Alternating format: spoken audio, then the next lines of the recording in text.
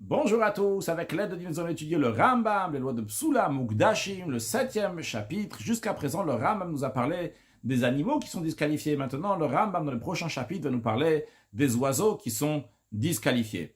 À rappeler que l'oiseau, on ne fait pas la shrita de l'oiseau dans le temple, donc on ne va pas l'abattre rituellement comme on fait pour les oiseaux en général, donc avec un couteau du côté de la gorge, mais ça va se faire donc du côté du cou avec l'ongle du Kohen, ce qu'on appelle une melika. Donc on ne va pas traduire le mot melika à chaque fois dans la suite. Melika, c'est lorsque le Kohen va rompre donc l'oiseau du côté du cou. À ce moment-là, donc ça sera kasher, ça sera valable. Et si c'est pas un Kohen, le Ram nous dit que l'absoulim la vod à tous ceux qui sont disqualifiés à officier dans le temple, donc quelqu'un qui n'est pas Kohen ou bien un Kohen qui il n'est pas valide pour travailler dans le temple. Chez Malkou, ils ont fait la Melika. Melika tan psula, leur Melika est disqualifié. Donc cet oiseau-là n'a pas été sacrifié comme il le devait. Passe bien que cet oiseau-là est disqualifié, il n'est pas un sacrifice. Mais quand même, il n'est pas considéré comme un oiseau qui est mort naturellement, qui est appelé une nevela. On ne va pas traduire ce mot-là dans la suite. Donc une nevela, c'est un oiseau qui est mort naturellement, ou bien qu'on lui a fait la shrita pas comme il fallait. Donc la shrita n'a pas été valable. Donc qui est considéré aussi comme si qu'il était mort naturellement, en tout cas pas par shrita, que c'est une nevela. Et la loi, elle est que si quelqu'un va manger de cet oiseau qui est une nevela, en effet qui n'est pas cachère, mais c'est une autre affaire le fait qu'il n'est pas cachère, mais il va le manger, eh bien, lorsque c'est dans son bête à blia, lorsque il avale, eh bien, à ce moment-là, cette personne-là donc devient impure, et pas seulement qu'elle devient impure, mais aussi donc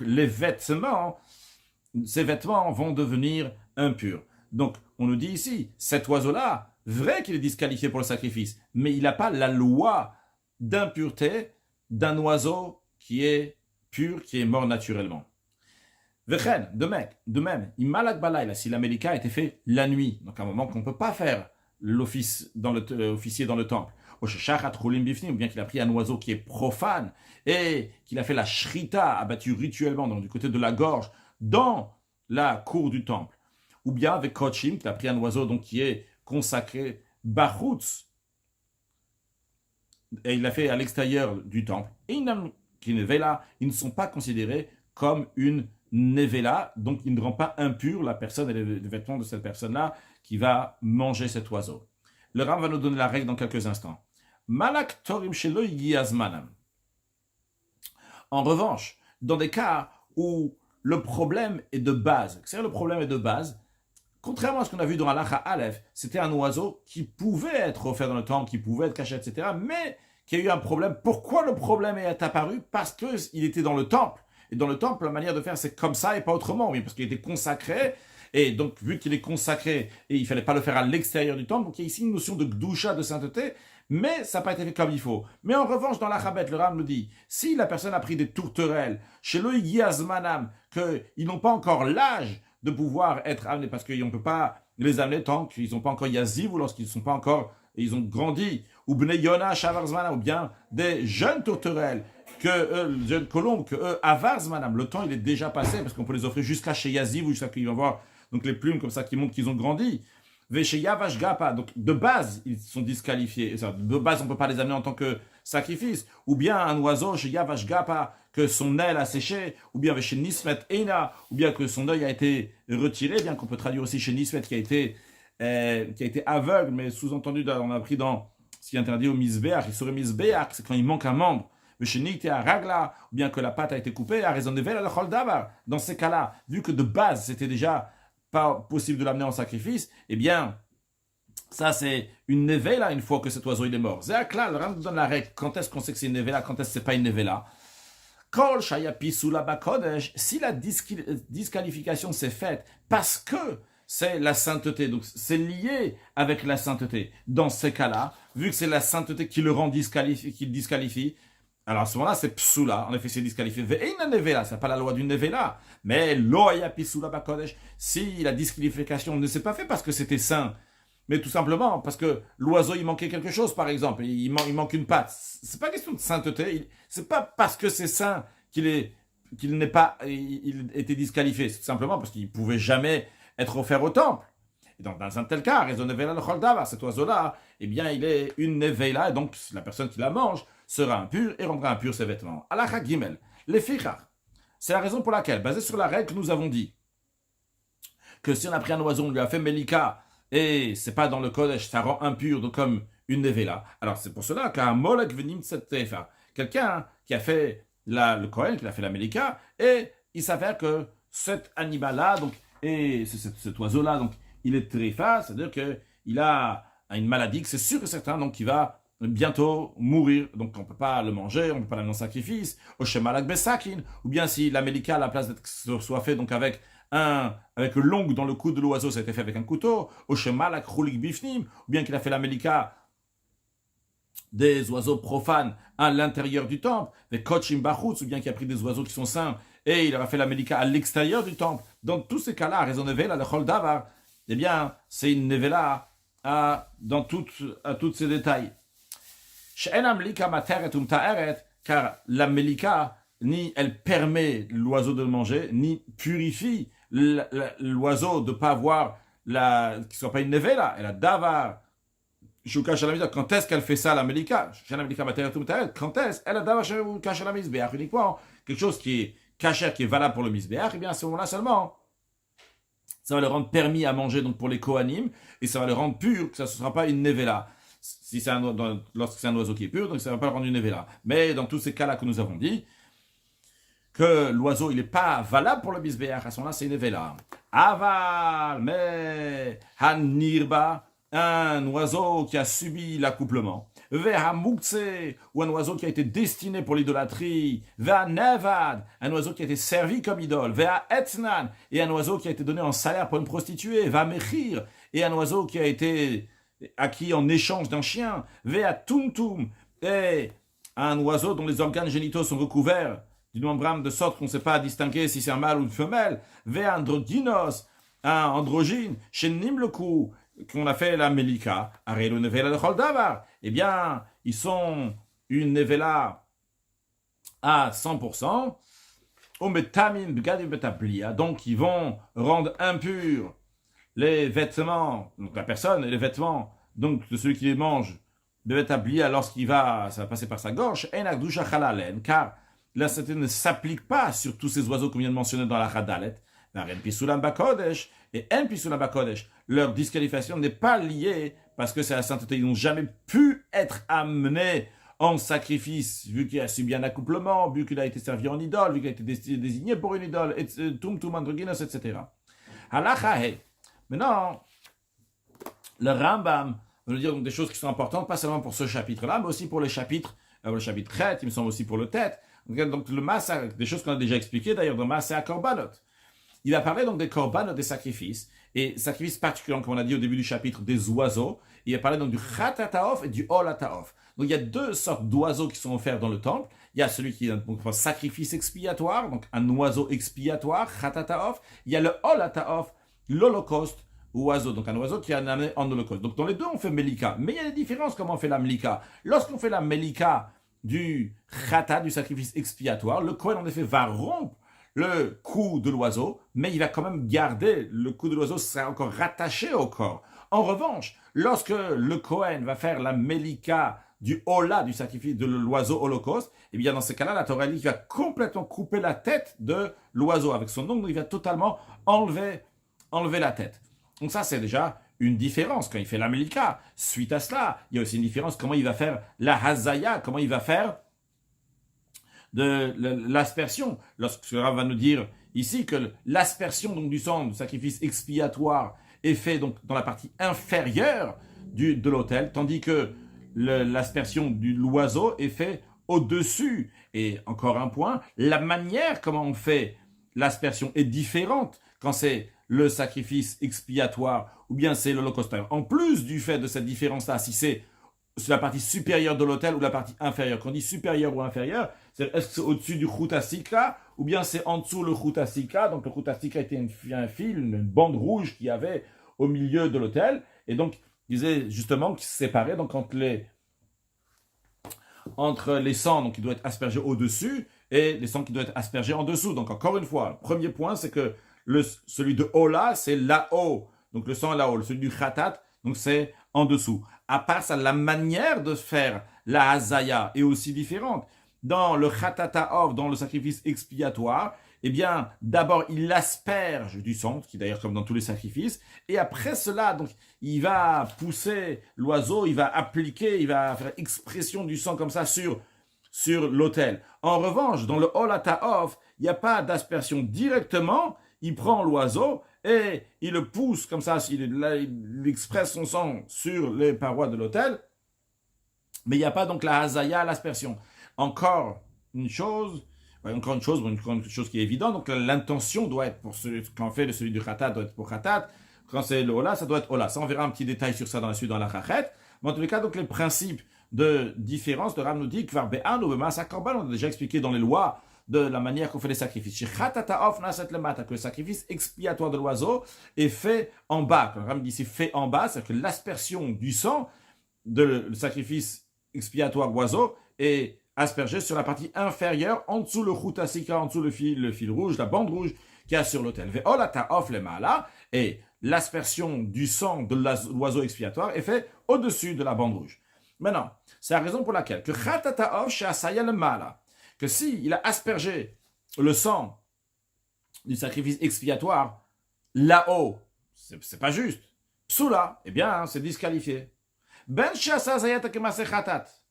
Ça soit que la manière d'avoir fait l'aspersion, pas l'endroit, mais que ce soit la manière qu'il a fait l'aspersion, il a fait comme se le doit pour le khatat, qu'on asperge son sang sur l'autel et après on va exprimer le sang.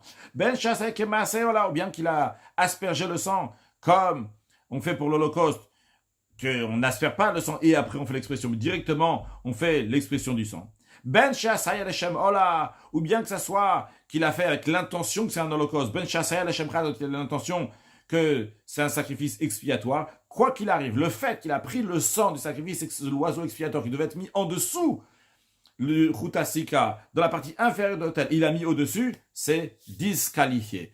De même dans le sens inverse, dans la Chavav, pour Vechen Olataof, pour l'oiseau expiatoire, pas expiatoire, l'oiseau, donc holocauste, Shasaya le Mata, qu'à la place d'asperger le sang, à la place de mettre le sang, plutôt de mettre le sang, donc le Mata en bas, il a mis là-haut.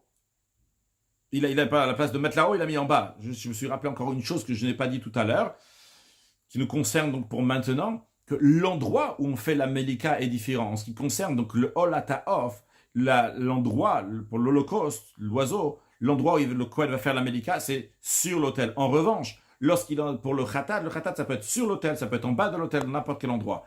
Donc ici, on parle du Olataof, chez Asaya, donc il a fait, quand on dit il a fait ici, ça a deux sens. Qu'il a fait c'est la Melika, c'est la chose que j'ai pas dit tout à l'heure, que la Melika, il l'a pas fait à l'endroit où il fallait, parce qu'il a fait le Mata, ou bien, quand on dit qu'il a fait le Mata, ça peut être aussi, donc il a aspergé le sang dans la partie inférieure de l'autel. Eh bien, Filou Malak Simanech Mata, même si la Melika d'un Siman, un Siman, il y a deux Simanim, le pluriel de Siman, c'est la trachée et l'œsophage, que les deux, quand on fait la Shrita ou quand on fait la Melika, les deux doivent être rompus. Eh bien, d'être coupé ou rompu. Donc, ici, il a fait la Melika, une partie, donc un siman, l'œsophage ou le trachet, donc en bas de l'autel, et un siman, un signe, donc le trachet ou l'œsophage, il a fait donc sur l'autel même, il fait de faire tout faire sur l'autel. Et justement, donc ici, c'est psoula, c'est disqualifié. Ben Shemlaka Kimlikata Ola, que ça soit que la manière qu'il a fait la Melika, c'est la manière de le découper, il a fait comme un holocauste, c'est-à-dire qu'il a bien fait comme l'holocauste, donc on sépare totalement la tête. Ben Shasaya Kemasechatat, ou bien qu'il a fait comme on fait pour le sacrifice expiatoire, donc il n'a pas détaché totalement la tête du corps de l'oiseau. Ben Shasaya Lechem Ola, bien que son intention que ça soit été pour un holocauste, ce qui va bien quand même. Ben Shasaya Lechem Khatat, ou bien qu'il a fait avec l'intention que c'est un sacrifice expiatoire, ce qui ne va pas, mais quoi qu'il arrive, du moment où il a fait le sacrifice holocauste de l'oiseau en bas, eh bien, il a disqualifié, quel que soit après les autres détails, eh bien, c'est déjà disqualifié le fait qu'il a fait la Melika du sacrifice d'oiseau holocauste en bas, ou bien qu'il a fait la Hazaya, l'aspersion de ce sang-là en bas dans la partie inférieure, ça disqualifiait le sacrifice. Alors, Chazaïn, Chatataof Shemlaka le Matan, sacrifice expiatoire d'oiseau qu'il a fait la Melika en bas. Donc, basé dans les idées donc, que nous avons vues, on a vu il faut faire la mélika, il y a la mélika à faire. C'est un instant. Donc, il y a l'endroit où il faut asperger, ça c'est un. Deuxième manière, la manière de faire le korban, si la tête elle va être rattachée ou elle ne va pas être rattachée. Et troisièmement, l'intention donc du nom, ça c'est le Shem Ola ou bien le Shem Khatat. Est-ce qu'il a fait ça pour le Ola ou pour le Khatat? Dans la halakha que nous allons voir maintenant, nous allons voir, dans les deux halakhas que nous allons voir donc ces points-là justement, et surtout la différence que nous allons voir en ce qui concerne le lishma, l'intention qu'il doit avoir, ce qu'on verra dans la halakha, en ce qui concerne le sacrifice holocauste, ça ne va pas disqualifier le sacrifice en lui-même, bien que, on verra un petit détail à la fin de la halakha. Alors voyons la chazaïn,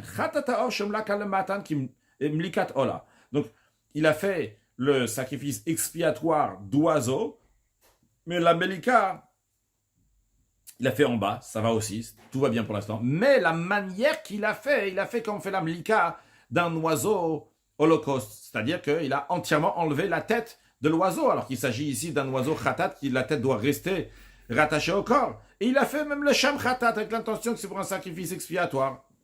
Ou bien, okemase khatat, qu'il a fait comme on fait le sacrifice expiatoire, c'est-à-dire qu'il a laissé la tête de l'oiseau rattachée au corps, mais dans son intention, il a fait ça le shem-ola avec l'intention que c'est pour un sacrifice holocauste. Ok, masse ola, ou bien qu'il a fait comme on fait donc le sacrifice holocauste, c'est-à-dire qu'il a détaché la tête de l'oiseau, mais le shem-ola avec l'intention que c'est un sacrifice holocauste. Donc tous ces cas-là qu'on vient de dire, psoula c'est disqualifié, car en effet, le khatataof, le sacrifice expiatoire d'oiseau, en plus qui doit être fait en bas, il doit être fait la melika, il doit être fait comme celui d'un sacrifice expiatoire, donc la tête reste rattachée, et avec l'intention aussi que c'est pour khatat, pour l'oiseau. Donc ces trois points-là, ça doit être en bas, ça doit être donc avec la melika qu'il faut, donc que la tête soit rattachée, et troisièmement, avec l'intention de khatat.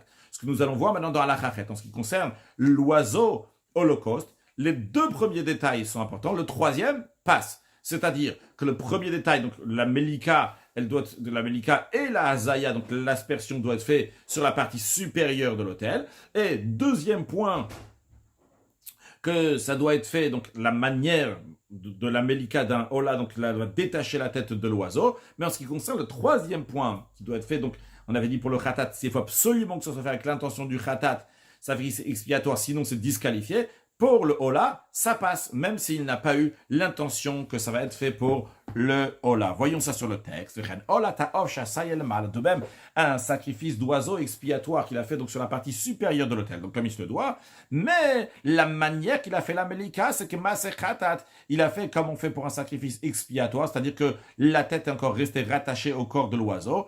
Il a fait le shamola, il a fait, même s'il a fait avec l'intention que ça soit un sacrifice holocauste. Donc, il y a presque tout qui est bon ici, juste la manière d'avoir fait la melika, il n'a pas fait bien parce qu'il a laissé la tête rattachée, ou bien qu'il a fait ce sacrifice holocauste d'oiseau, comme on fait un sacrifice holocauste expiatoire, et avec l'intention d'un sacrifice expiatoire, psoula c'est disqualifié.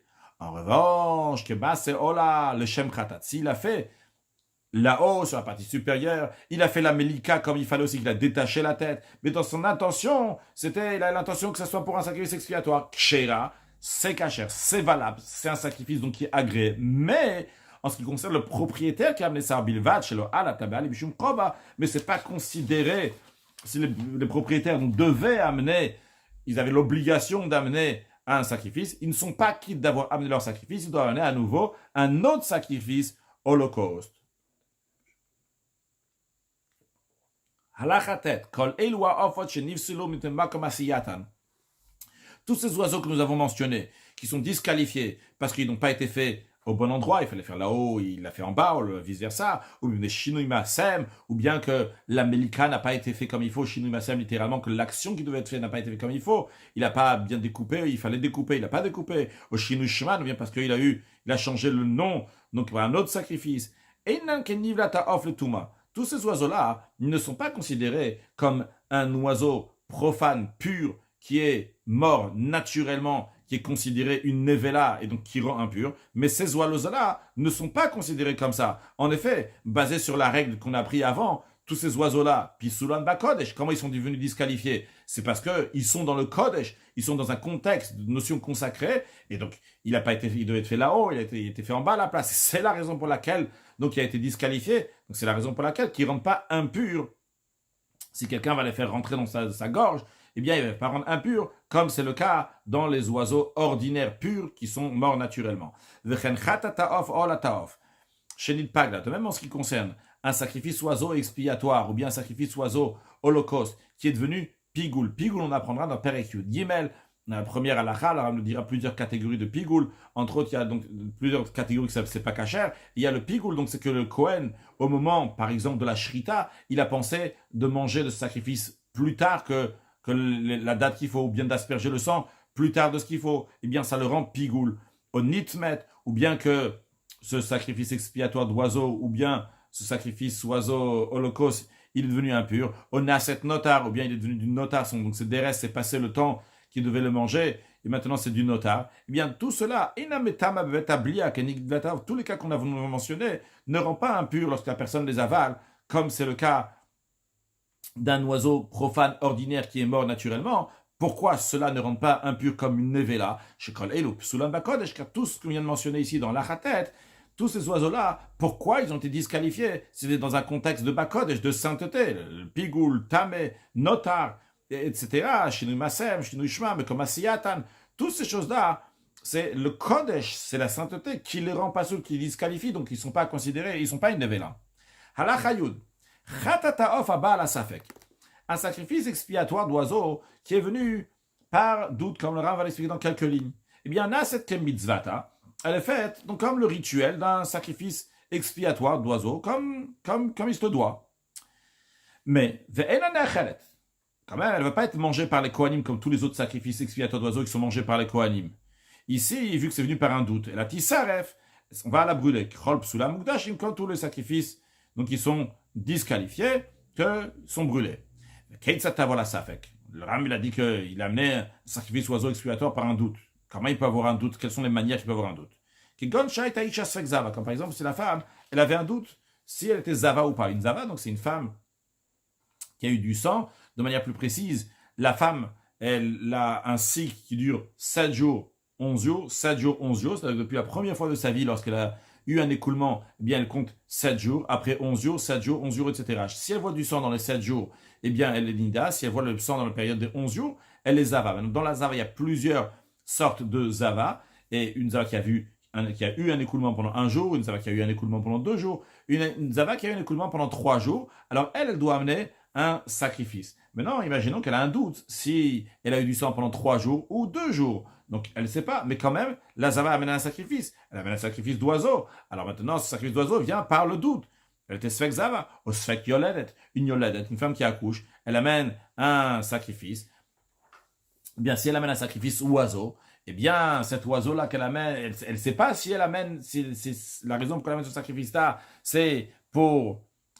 elle est sûre qu'elle a couché, elle n'est pas sûre qu'elle a couché. Qu'est-ce que ça veut dire? Elle a fait une fausse couche, par exemple. Elle ne sait pas, donc si elle a fait la fausse couche dans les premiers 40 jours, ou bien il y avait déjà plus que 40 jours. Si c'est après 40 jours, eh bien elle est considérée une yoledet, une femme qui a accouché, donc elle doit amener un sacrifice. Si c'est avant 40 jours, elle ne doit pas amener ce sacrifice-là. Elle a un doute, elle amène ce sacrifice-là. Mais comme Kayot, ce n'est pas tous les cas qui ressemblent à ça, que les gens, dans un cas qui serait sûr, ils auraient amené un sacrifice expiatoire d'oiseau, et maintenant ils amènent donc quand ils sont un doute. Eh bien, tous ces cas-là donc, sont offerts dans le temple comme il se doit toute la procédure, juste que les Kohanim ne vont pas le manger parce que peut-être en effet, ils n'étaient pas obligés de l'amener. Le Rav nous informe qu'on fait en ce qui concerne donc un animal qu'on amène en tant que sacrifice expiatoire, ça n'existe pas qu'on va l'amener à un sacrifice expiatoire animal par doute. Pourquoi s'il a un doute, s'il a fauté, il n'a pas fauté, Yavi Hacham Taloui, il amène donc un sacrifice de culpabilité incertaine, comme on expliquera dans les lois relatives aux fautes involontaires.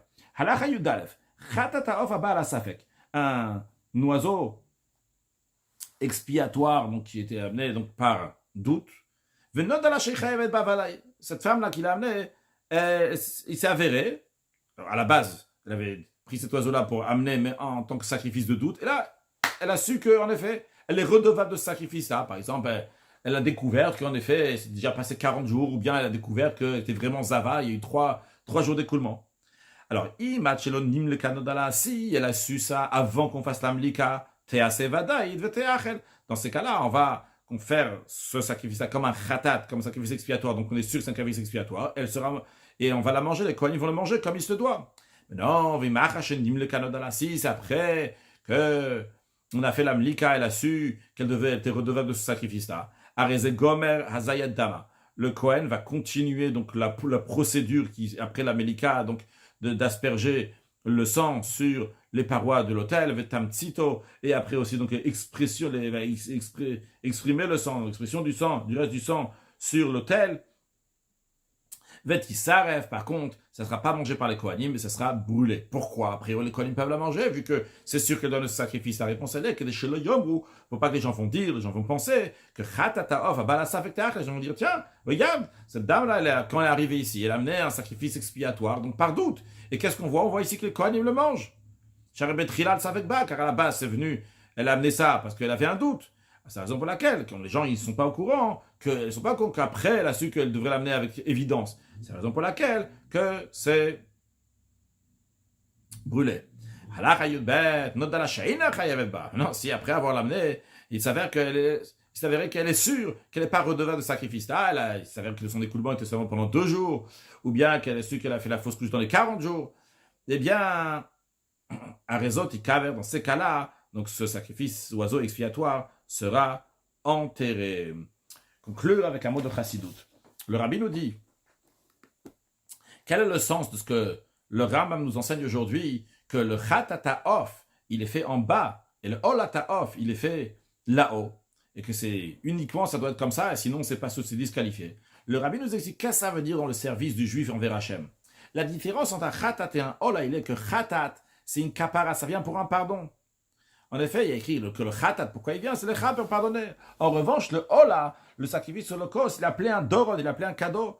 C'est la raison pour laquelle il est présenté après le sacrifice expiatoire. Le sacrifice expiatoire enlève la faute, mais pour que le lien va être bien renoué, agréable, amical, et qu'il va avoir la volonté entre le roi et la personne qui a fauté, eh bien, il y a besoin maintenant d'amener un sacrifice qui est un Ola, qui est un holocauste. Comme l'Admour Azakan l'explique dans Yaret HaTshuva. Le Rabbi nous dit, c'est ça l'explication, que le Chatataof, il est fait en bas, et le Olataof, il est fait là-haut. C'est que même après la Kapara, il a déjà fait Tshuva, il a amené un Korban Chatato Bet Amidash, et il a déjà mis sur le Mizbeach, mais quand même, Naset le Mata, ça doit être fait en bas, c'est de se rappeler qu'il se trouve encore en bas, il se trouve encore à Tshuva Tata, au niveau inférieur de Tshuva, jusqu'à qu'il va amener un Ola, qui est le Ola, qui va être agréé de la Kadosh Baruch, qu'à son là, il est Mital et le Mal, il va monter vers le haut. Et ça s'exprime aussi concrètement, comme le Ram dit que le Baal et Tshuva, l'habitude, leur comportement, c'est d'être très humble. C'est la raison pour laquelle, d'ailleurs, c'est une faute totale de dire un Baal Tshuva, souviens-toi ce que tu as fait, et c'est parti dans l'intention de Nayadval, de ne pas léser quelqu'un d'autre. Donc, quand même qu'on a fait un Khatat, après on amène un Korban Khatat, mais après, on fait, après Tshuva Tata, il y a Tshuva Ila, il faut s'élever encore plus, le Mala, Kakadosh Baruch Hu, parce que très prochainement, on va voir Biyat Mashiach Tzidkeinu, et à ce moment-là, on pourra amener des sacrifices comme il se doit. Donc évidemment, on va pas amener les sacrifices de Khatat, vu qu'on fait Torah Mitzvot, mais en tous les cas, d'autres sacrifices, et particulièrement le Korban Toda, le sacrifice de remerciement à Kadosh Baruch Hu, qui nous a sortis de cette galoute et qui nous a amené Mashiach. Excellente journée.